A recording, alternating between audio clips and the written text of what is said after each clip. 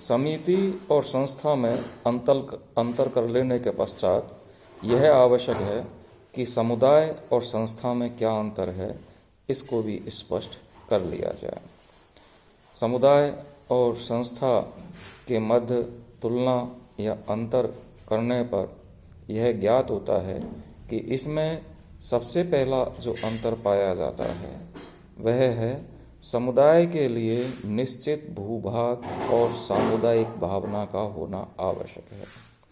संस्था के लिए निश्चित भूभाग और सामुदायिक भावना का होना आवश्यक नहीं है।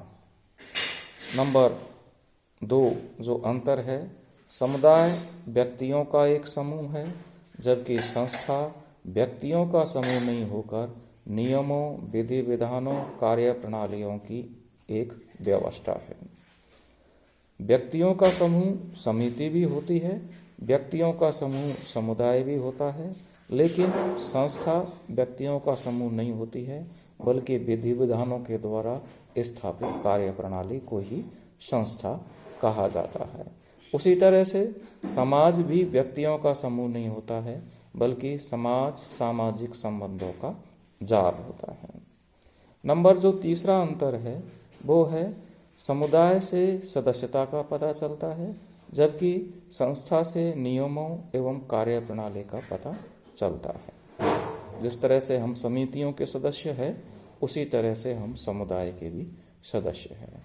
लेकिन जब हम समुदाय और समिति की तुलना करेंगे तो हम सदस्यता के आधार पर इन दोनों में यह अंतर बता सकते हैं कि समुदाय की सदस्यता स्वतः प्राप्त हो जाती है, अर्थात समुदाय की सदस्यता ऐच्छिक नहीं होती है, अनिवार्य होती है, जबकि समिति की सदस्यता ऐच्छिक होती है। व्यक्ति जानबूझ करके विभिन्न प्रकार की समितियों का सदस्य बनता है, जबकि विभिन्न प्रकार के समुदाय का व्यक्ति सदस्य नहीं होता है, बल्कि किसी एक ही समुदाय का सदस्य होता है और वो भी सदस्यता उसको स्वतः ही प्राप्त हो जाती है। लेकिन हम यहाँ पर समुदाय और संस्था की बात कर रहे हैं, तो हम ये कह सकते हैं कि हम समुदाय के सदस्य होते हैं, लेकिन हम संस्था के सदस्य नहीं होते हैं, बल्कि संस्था तो नियमों के आधार पर स्थापित कार्य प्रणाली को कहा जाता है। समुदाय से संगठन का पता चलता है, संस्था से संगठन का नहीं बल्कि कार्य प्रणाली का पता चलता है। नंबर 5 है समुदाय का कोई विशिष्ट उद्देश्य नहीं होकर सामान्य उद्देश्य होते हैं। इसमें व्यक्तियों का संपूर्ण जीवन बीतता है, जबकि संस्था किसी विशिष्ट उद्देश्य या आवश्यकता की पूर्ति के लिए विकसित होती है। नंबर 6 है समुदाय साध्य है, साधन नहीं, अर्थात यह सामान्य जीवन का क्षेत्र है, किसी विशिष्ट उद्देश्य की पूर्ति का माध्यम नहीं है। संस्था साधन है, साध्य नहीं, यह कुछ मौलिक या विशिष्ट आवश्यकताओं की पूर्ति का साधन है। समुदाय मूर्त है, संस्था अमूर्त है। समुदाय में अनेक संस्थाएं होती है, संस्था स्वयं समुदाय में होकर सामुदायिक जीवन का एक अंग है, आवश्यकता या उद्देश्य की पूर्ति का माध्यम है। तो इस प्रकार से हम समुदाय और संस्था में अंतर कर सकते हैं। अब हमें समुदाय और समिति में क्या अंतर है उसको भी स्पष्ट कर लेना चाहिए। समुदाय के लिए निश्चित भूभाग या क्षेत्र का होना आवश्यक है, जबकि समिति के लिए निश्चित भूभाग का होना आवश्यक नहीं है। नंबर 2 है समुदाय का स्वतः विकास होता है, समिति का विचार पूर्वक जानबूझकर निर्माण किया जाता है। नंबर 3 है समुदाय में सदस्यों के सभी हित या उद्देश्य आ जाते हैं, अर्थात इसका कोई विशिष्ट उद्देश्य नहीं होता है, जबकि समिति में व्यक्ति के जीवन के सभी उद्देश्य या हित नहीं आते हैं।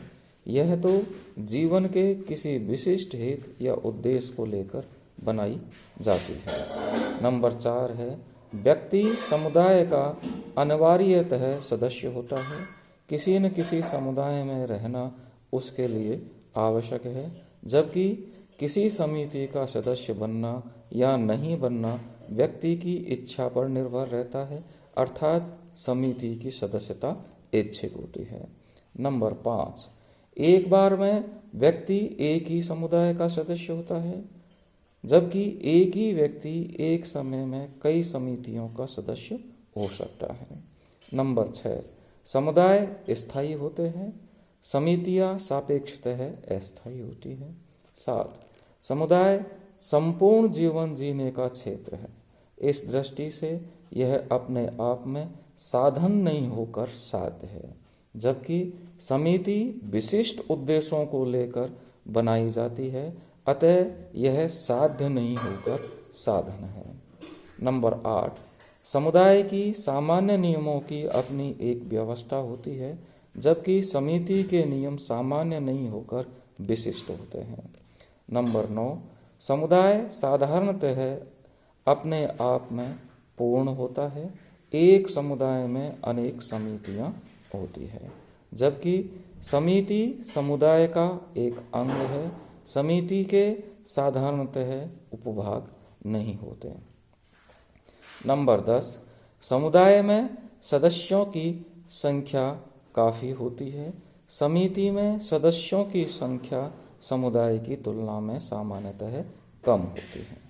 नंबर 11, समुदाय का कोई निश्चित ढांचा नहीं होता, जबकि समिति का अपना एक निश्चित ढांचा होता है और सदस्यों की निश्चित परिस्थितियां और भूमिकाएं होती है।